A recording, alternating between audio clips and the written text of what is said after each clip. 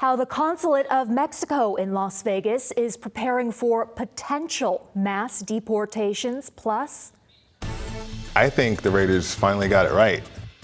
rave reviews for the Raiders coaching hires. What work remains for the Silver and Black to succeed? That's this week on Nevada Week.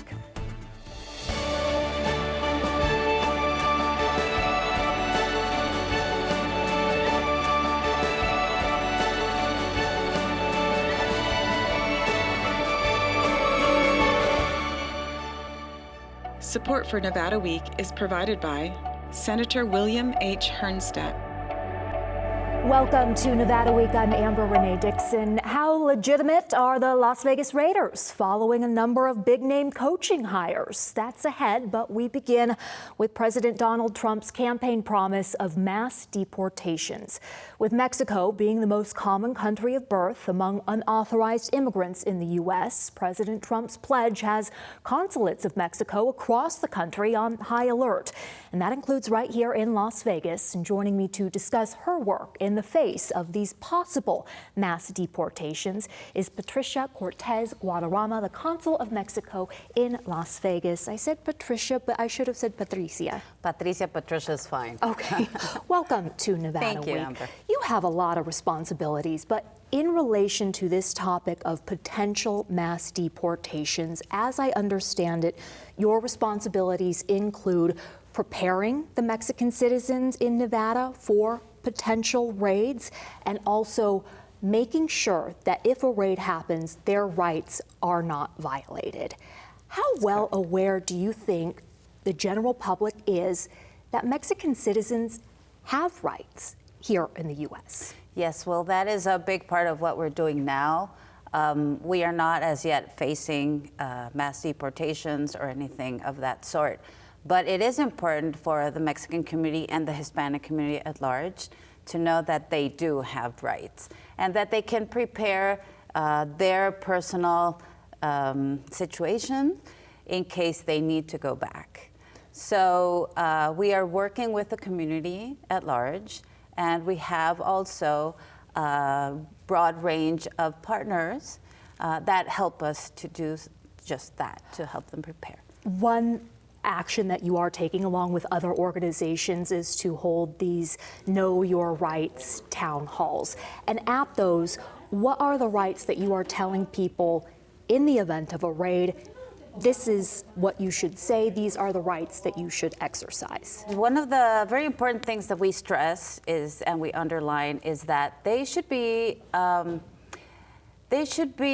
listening to real and official sources of information, because we are very prone to listen to, well, or say, my neighbor's cousin's girlfriend said such and such, or my aunt, but these are not necessarily real sources of information. So what we do is we partner up with organizations that can give them official information, and like you said in this stance, let them be prepared and let them know what they should do in case somebody knocks on their door, for instance. Again, this is not happening yet. The only thing that we have seen is people who have already an administrative deportation order or a criminal record. Those people are the ones that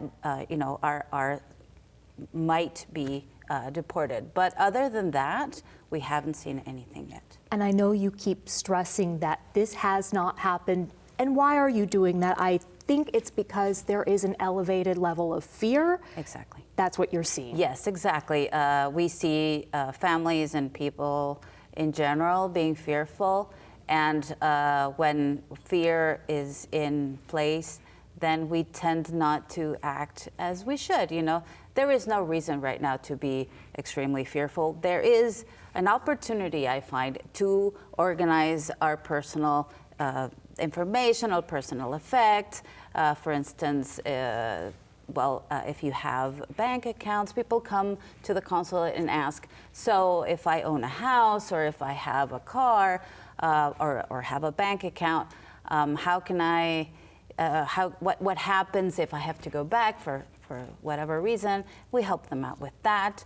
Or For instance, there are some children who are able to have dual citizenship, and we invite them to come to the consulate and get that done as well. It's way easier for families to have dual citizenship to make decisions, right? Make organized and good, I would say, decisions. Yeah, so the Pew Research Center estimates that there are 190,000 unauthorized immigrants in Nevada, making up nearly 6% of the state's population and nearly 9% of the state's workforce. First, that term, unauthorized immigrant. To people who would ask, why do you not say illegal immigrant? How would you respond? Well, we don't use the term illegal. We don't believe anybody is illegal. We use undocumented because they don't have the correct documentation. But we believe that every person is legal. You can't, in our view, call someone illegal. Okay. To those who say if you are here illegally without documents, right, you should be deported, what would you say? I'd say there's a misunderstanding generally of the undocumented population. As you well stated, the undocumented population in Nevada itself is around 9% of the workforce, which means also that they do contribute with taxes, both state and federal taxes. People usually do not know this, and they believe that they receive benefits and don't pay taxes. That is actually the opposite.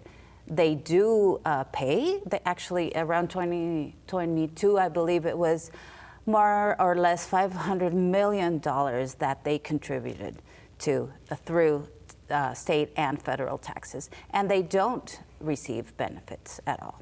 Okay. I want to ask about your communication with law enforcement. Who have you been talking to within Nevada, and what are you asking them?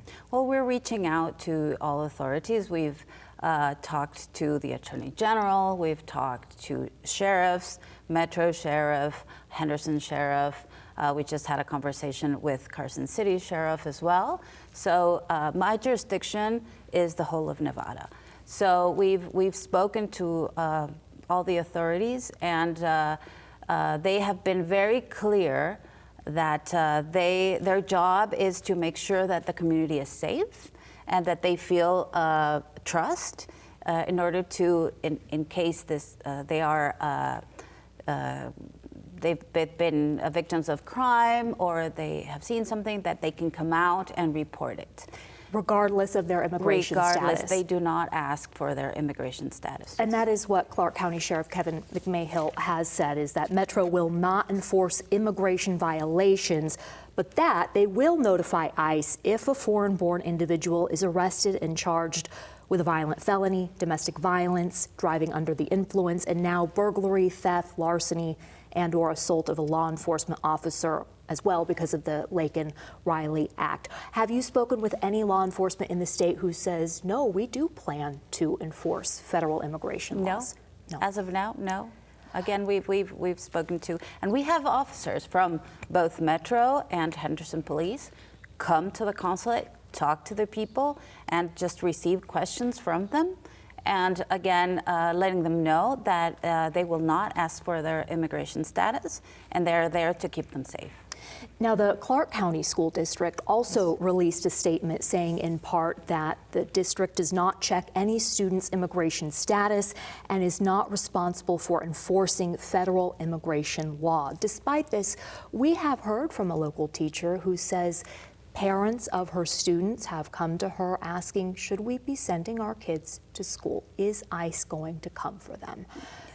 Yes, that is unfortunate. We've heard that too.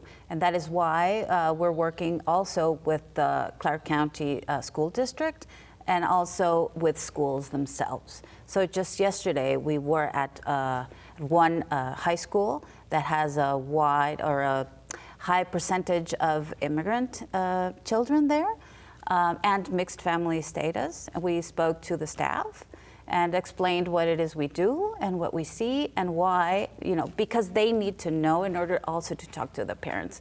We offer to talk to the parents as well, letting them know that as of now, there is no reason why those kids should not be in school. Okay, and the last thing, This may be difficult to summarize, but from what I've read of those Know Your Rights meetings, one includes you do not have to talk to law enforcement. Yes. Stay silent. What are some of the other key important messages you want to get across? It is important for them to, first of all, know if a judge has issued an order for ICE, in this case, to be there. Okay. If that is not the case, they don't even need to open the door.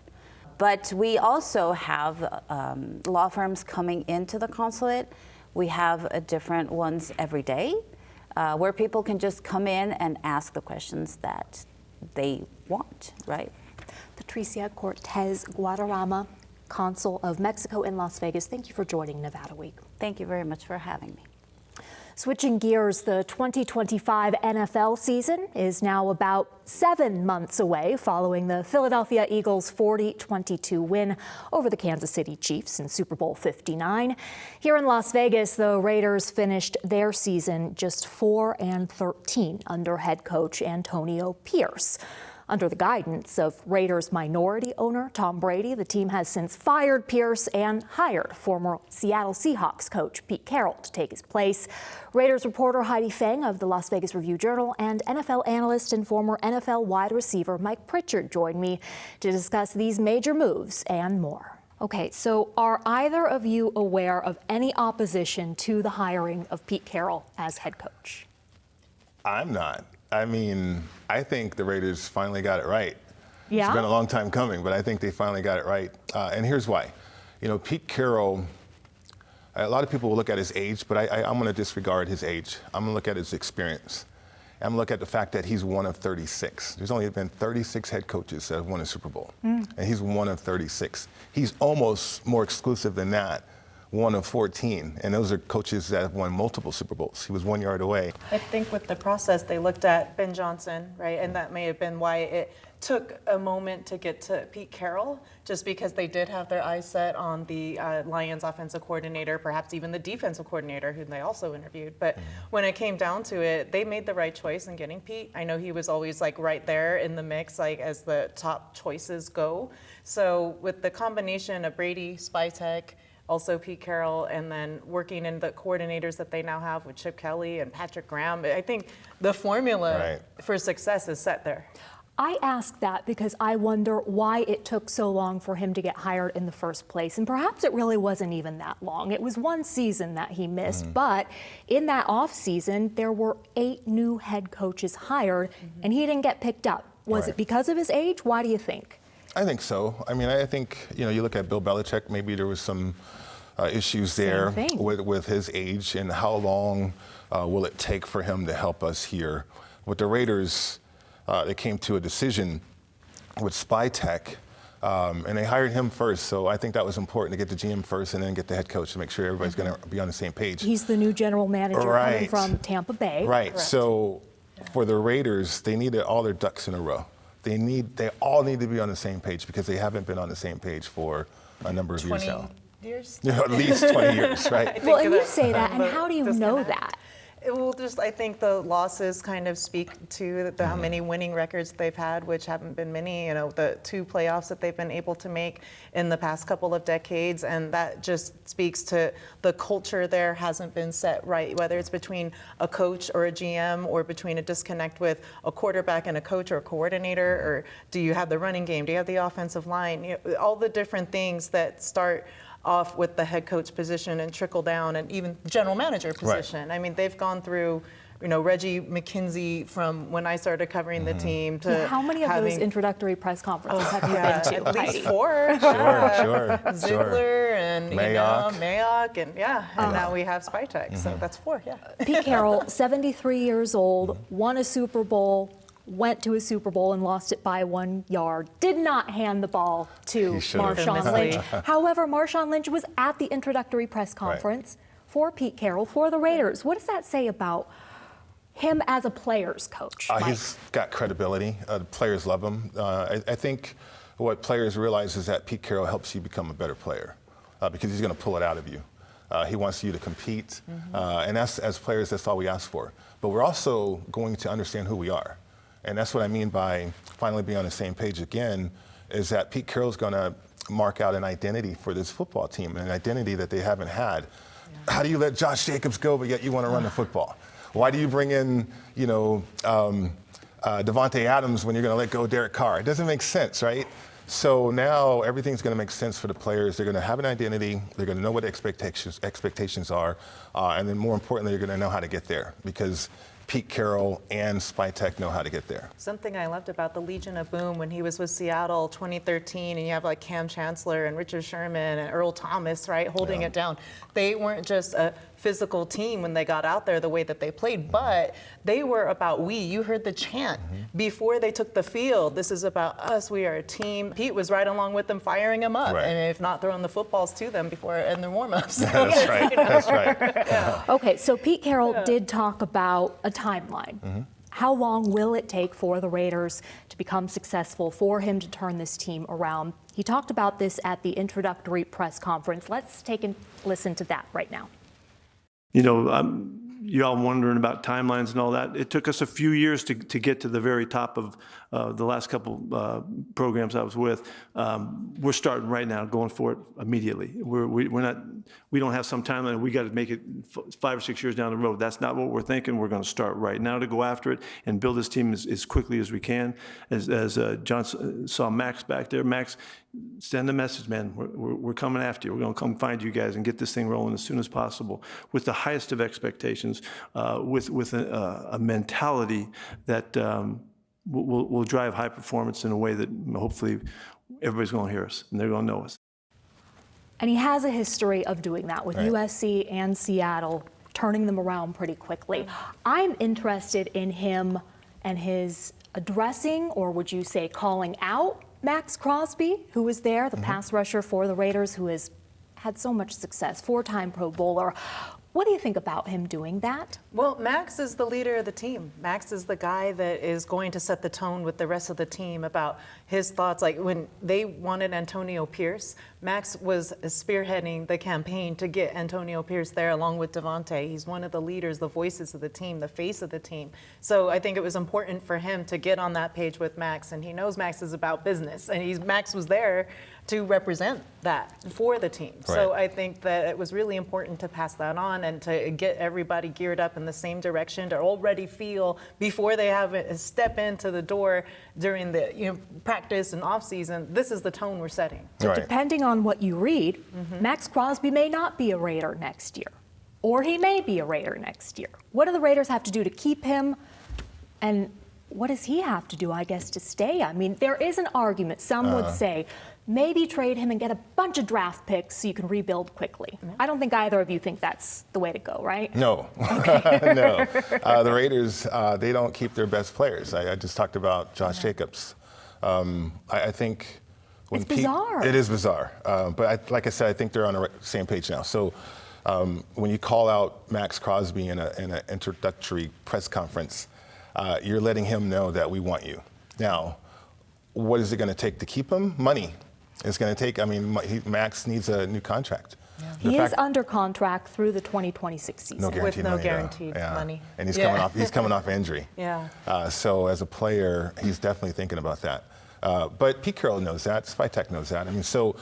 But for the Raiders to have high expectations like Pete talked about, they need to keep their best players. Right, and granted, the numbers that we talk about, when you look at Max's contract right now, it's at about $43 million over 2 years, not guaranteed. The level of where his position has come for the high-end players is now around 30. So 30 a year. So you're thinking, okay, how much more can they come up for Max? Where's the cap room? How do they also pay him? And then still bring in a good volume of players? Because if you're going to look at a quarterback position and try to bring in someone like, let's say, a Sam Darnold, you're going to have a good pocket to bring him in as well to a contract. And there's about 28 players coming into this season that are going to be free agents of some sort, whether it's unrestricted or restricted free agents, that they're going to have to look at those players as well. The Raiders need a quarterback. So then what makes most sense? To keep Max Crosby, try to get a quarterback in free agency or in the draft? What do you think is going to happen? Amber, I think there's always ways to keep a player. I call it caponomics. because you can play games with the salary cap, and you can use structure salaries a certain way, upfront money a certain way. If you want a player, you find a way to keep them. If you want a player in free agency, you find a way to go get them.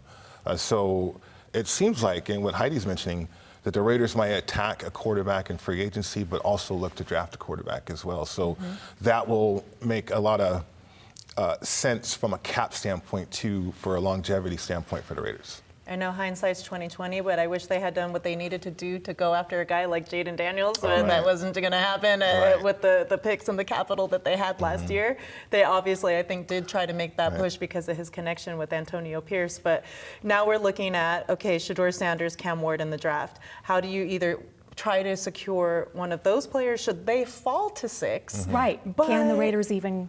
Will they already have gone prior to I think the so. Raiders' 6th pick? I think so. Yeah. And so then you're looking at Jackson Dart out of Ole Miss. He's probability in the maybe second round or end of the first after what I heard how he performed at the Senior Bowl from one of our beat writers, Vinny Bonsignor, was singing his praises after the Senior Bowl. So now what does that do to his draft value?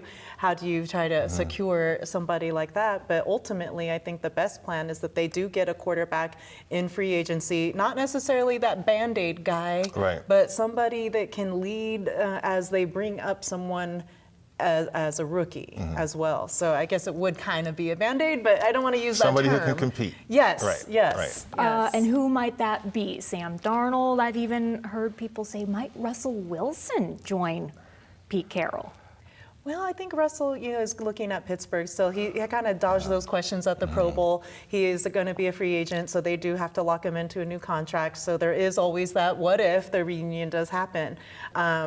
Overall, I would say Sam Darnold does kind of have the potential to be one of those guys, but when you look at the last 2 games that he had with Minnesota, that's concerning that Sam Darnold's ghosts have returned from the past. So you wonder, okay, well, what do we need to have a Sam Darnold? Do we need new offensive linemen to give him extra time and protection?